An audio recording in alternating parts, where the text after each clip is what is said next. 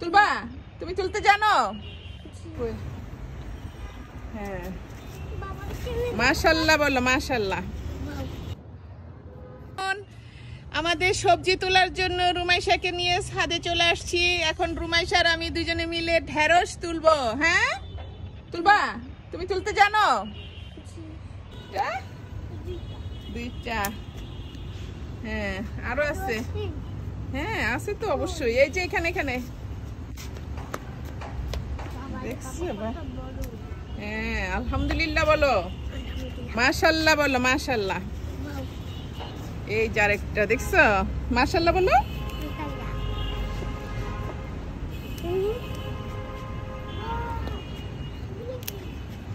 এগুলো ফুল। এই যে একটা কত বড় দেখছো, কালকে বড় হয়ে যাবে। এই দেখো রুমাইশাটা কত বড়, দেখো দেখো দেখো, মাশাআল্লাহ বলছো। হ্যাঁ, এটা কেটে ফেলতে হবে। এই ডালগুলো কি রুমাইশা নিয়ে যাবা তোমাদের বাসায়? হ্যাঁ,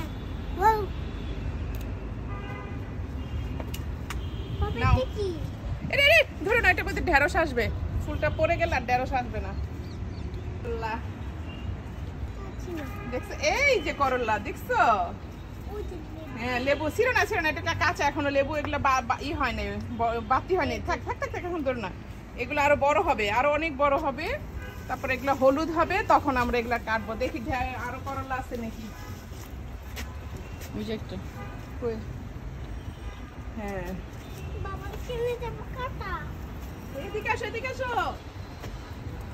এই যে করলা আরেকটা দেখছো, মাশাআল্লাহ।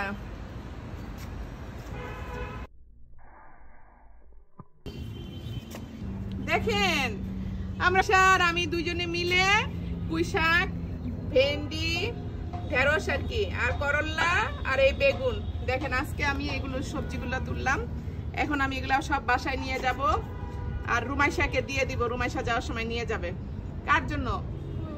কার জন্য? তোমার জন্য না তোমার দাদুর জন্য? দাদুর জন্য। আচ্ছা ঠিক আছে, ঠিক আছে। আমরা এখন বাসায় যাই। বন্ধ।